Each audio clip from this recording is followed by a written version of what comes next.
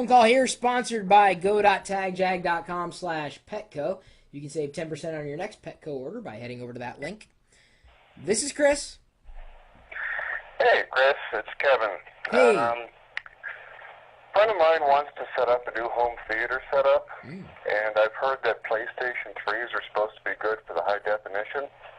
He's got a 1080p TV, but that's basically it. What are your thoughts? Well, I can tell you this. As far as the Blu-ray players out on the marketplace, for my money, it was the PS3. Fantastic quality, absolutely. I mean, it's Sony. And of course, Sony championed the Blu-ray spec. But of all the Blu-ray players that were out there, I thought, well, if I'm going to spend the money on one, I want it to be able to do this, that, and the other thing. And so the PS3 made a fantastic option for that. And I don't think I'm the only person who would say that. There are a lot of Blu-ray players in the field. But to me, it was the PS3 and then everything else. And I don't even own a lot of PS3 games. But see, at least you would have the ability to get a PS3 game at some point and have that Blu-ray player, which you were going to want anyway. So it's kind of like an all-in-one type of system. So yes, you could just get a regular old component, maybe spend less money. But I don't have an issue with the PS3 in terms of its Blu-ray capabilities. Fantastic quality. Where I think most people skimp is where they shouldn't, and that's specifically with sound. They get the cheapest speakers, so they may have amazing visuals, but if you don't complement that with an amazing array of audios, it's really not gonna give you the same impact. So save money, but also spend money. And I realize it's a bit general, but what I'm saying is don't concentrate so much on the visuals that you forget the audio components. And without both of them, it's not really home entertainment in general.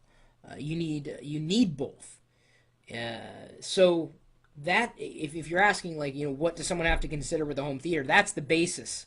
In terms of actual components beyond, what you've kind of thrown out there, everybody's going to have a different opinion. They change over time.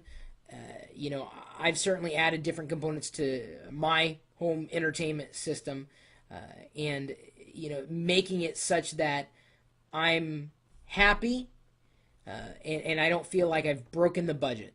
So I've done my best to keep a balance between good audio, good video, good experience. And optimization certainly is as much a part of it as well. It's not just having good stuff, it's making sure the lighting in the room is correct, and the color settings on your screen are correct, and the spacing of the speakers are correct.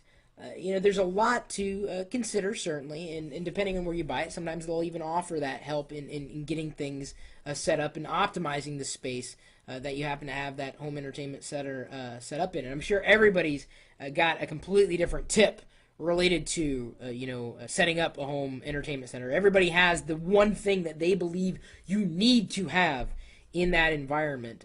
But you've got the baseline, the audio, the video, and then everything else is kind of dressing. Okay, so I know next to nothing about modern consoles. Do they all come with a Blu-ray and a remote control?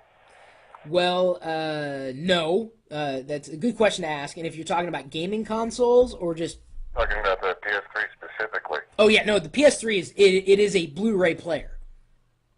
Yes. Every PS3 you buy is a Blu-ray player. The controller can act as the remote. However, they have the dedicated remote, which I recommend buying. A separate remote. Or you could get a universal remote and have that same type of features and functionality. So if you don't want to get just the remote specifically for the Blu-ray features on the PS3, you could use a universal remote potentially that supports the PS3 features. Sweet. Which, well, and to tell you the truth, actually, probably something you want to look into anyway, because if you're dealing with a variety of components, even if they were all, say, made by Sony, not every one of those remote controls is going to work with the various devices.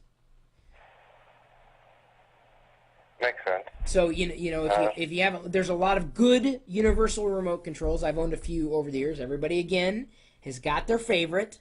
Ultimately, I'm actually moving the direction to see if I can find universal control functionality inside of an iPhone app, because I've got my iPhone with me anyway. I'm connected to the network with all of my devices anyway. If I can find that conduit, it's easy to use an iPhone. And most universal remote controls are a bit of a pain to manage with the various devices out there. Even the ones that are supposedly good aren't always that great. Okay, yeah, absolutely. I know the Xbox 360 does, but is there a way to make the PS3 recognized as a media center extender? Yes. Well, no, not in. Yes and no. It is DLNA compatible. And there's better software that's available to make it work with your entire home network. But as far as a media center extender in the Microsoft capacity, no, not that I know of.